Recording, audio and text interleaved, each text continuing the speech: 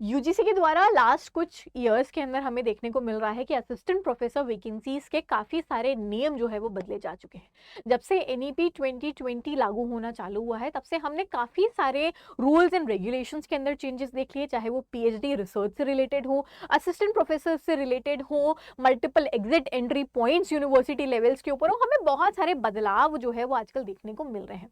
यही एक और हमें असिस्टेंट प्रोफेसर भर्ती से रिलेटेड एक लेटेस्ट अपडेट आ रही है, जहां पे हमें ये देखने को मिल रहा है कि अपकमिंग जो पीएससी की वैकेंसी है वो एग्जामिनेशन अब सब्जेक्टिव होगा, यानी descriptive paper writing, answer writing के फॉर्मेट में अब ये चयन प्रक्रिया होने वाली है। इसके पहले हमने अभी हरियाणा पब्लिक सर्विस कमीशन के अंतर्गत भी ये देखा कि उन्होंने अपना जो एग्जामिनेशन का फॉर्मेट था असिस्टेंट प्रोफेसर भर्ती के लिए, उसके अंदर डिस्क्रिप्टिव राइटिंग को इंक्लूड किया हुआ है कि वो एक चयन प्रक्रिया का भाग रहेगी और वो फाइनल मेरिट लिस्ट के अंतर्गत इंक्लूड होंगी। इसी और अब हमें एक खबर यूपी के द्वारा भी देखने को मिली है, जहां पे राजकीय डिग्री कॉलेजों के अंतर्गत जो असिस्टेंट प्रोफेसर की भर्ती है उसके अंदर एक बड़ा बदलाव देखने को मिल रहा है कि ये जो स्क्रीनिंग परीक्षा है वो अब विस्तृत होने वाली है। बहुविकल्पीय प्रश्नों के थ्रू अब चयन प्रक्रिया नहीं होगी। अब अगर हम विस्तृत पदों की बात करें, विस्तरीय उत्तरीय प्रश्न की बात करें, तो आंसर राइटिंग यहाँ पे होने वाली है।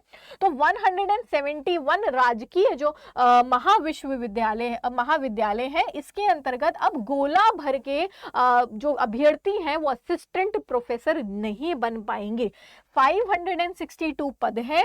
यहाँ पे मकसद ये है हमारा कि उत्तर प्रदेश लोक सेवा आयोग ने पूरी चयन प्रक्रिया में बड़े बदलाव करने का निर्णय लिया है। तो जो बच्चे पहले जो छटनी हुआ करती थी वो बहुविकल्पीय प्रश्नों के थ्रू होती थी, अब जो छटनी होगी वो विस्तृत प्रश्नों के थ्रू होगी। यहाँ पे कुछ बच्चे हट जाएंगे, कुछ बच्चे जो क्वालिफाई करेंगे उनकी फाइनल मेरिट लिस्ट बनेगी इंटरव्यूज के आधार पे। वैकेंसीज की अगर हम बात करें तो यहाँ पे इन्होंने कहा है कि अभ्यर्थियों की संख्या को कम करने के लिए स्क्रीनिंग परीक्षा होती है, जहां पे स्क्रीनिंग परीक्षा में पहले या अभी तक जो है वो बहुविकल्पीय प्रश्न आते थे, हालांकि अब मूविंग फॉरवर्ड हमारे पास में सब्जेक्टिव या डिस्क्रिप्टिव पेपर आएगा।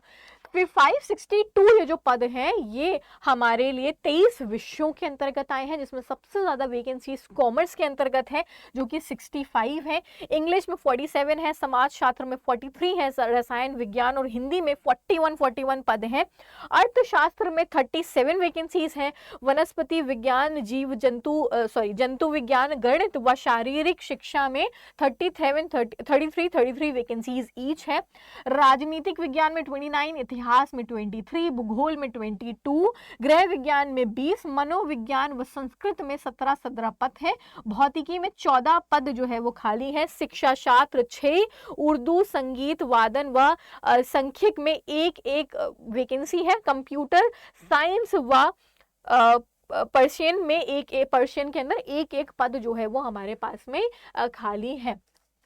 अब यहाँ पे वैकेंसीज जो है वो इस तरीके से डिस्ट्रीब्यूटेड है, जो टोटल 562 वैकेंसीज है।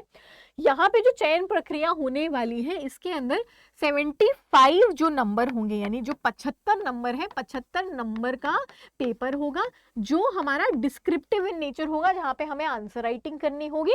25 नंबरों का या 25 अंकों का इंटरव्यू होगा और टोटल ये जो आप कह सकते हैं 100 नंबर है, ये 100 मार्क्स का टोटल हमारा मेरिट लिस्ट जो है वो बनेगा।